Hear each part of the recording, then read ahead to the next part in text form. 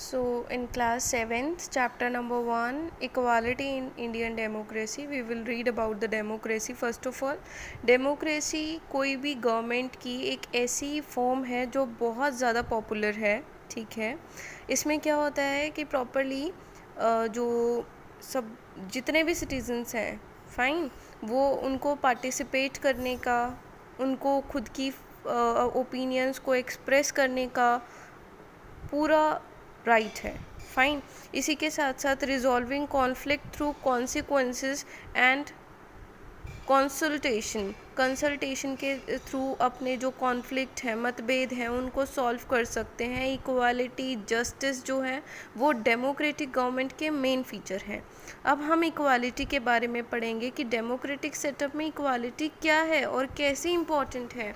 तो इसमें हम सबसे पहले जिसके बारे में पढ़ रहे हैं वो है यूनिवर्सल एडल्ट फ्रेंचाइजी, जिसका मतलब ये है कि कोई भी व्यक्ति जो कि एडल्ट है, एडल्ट यानी जो 18 ईयर से बड़ा है, ठीक है, वो उसको राइट है अपने रिप्रेजेंट को वोट करने का और उसको चूज़ करने का, ठीक है। जिसका मतलब ये भी है कि 1 पर्सन 1 वोट। ये जो गवर्नमेंट का सिस्टम है ये रिकॉग्नाइज़ करता है कि हर आदमी, हर सिटीज़न की अपनी एक वैल्यू है, ठीक है। ये प्रॉपरली इसका जो मेन फोकस था वो ये था कि हर व्यक्ति, चाहे वो रिच है, पुअर है, इक्वालिटी मेंटेन करने के लिए, एक प्रॉपर इक्वल स्टेटस मेंटेन करने के लिए मैन एंड वुमेन में, तो ये यूनिवर्सल एडल्ट फ्रेंचाइजी जो है ये इम्प्लीमेंट की गई थी। इसी के साथ साथ political equality, social equality, economical equality, ये भी एक मेन है। इसी के साथ साथ यहाँ पर एक एग्जाम्पल दिया हुआ है कान्हा आरती के बारे में, जो कि जिनके जो जब भी वोट देने जाते थे तो वो देखते थे कि हमारे जो एम्प्लॉयर्स हैं, यानी कि उनके जो बॉस थे, वो भी सेम लाइन में लगते थे और वोट करते थे। यानी कि एक वोटर पोलिंग बूथ है, ठीक है। अब इस पोलिंग बूथ पे सब एक साथ हैं, यानी कोई मेड है, कोई एम्प्लॉयर बॉस है, सब एक साथ एक ही जगह पर वोट करते हैं। तो ये इक्वालिटी शो कर रहा है, फाइन।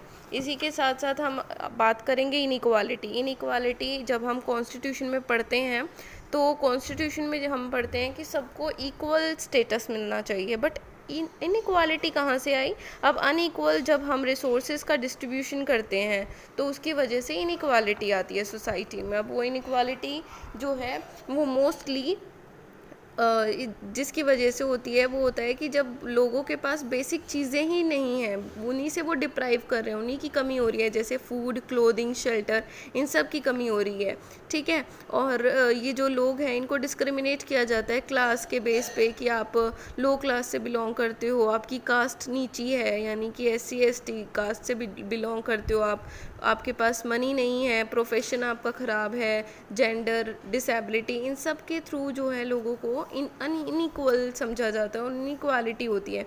अब कास्ट इनइक्वालिटी क्या होती है जी?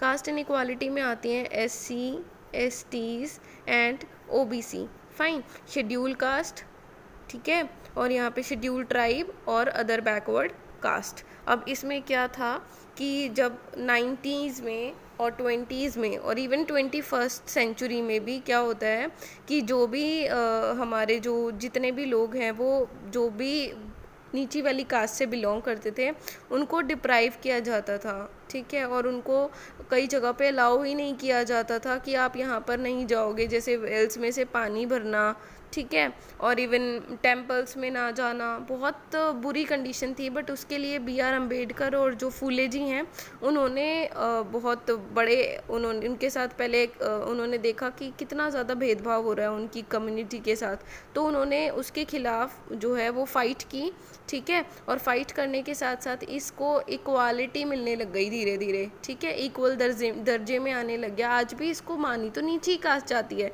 बट इनको इक्वल स्टेटस मिलने लग गया और इक्वल अपॉर्चुनिटी मिलने लग गई। बहुत जगह इनको रिजर्वेशन भी मिलता है, ठीक है, जिसकी वजह से इनका जो सोसाइटी में ओहदा है वो ऊपर हो गया, ठीक है।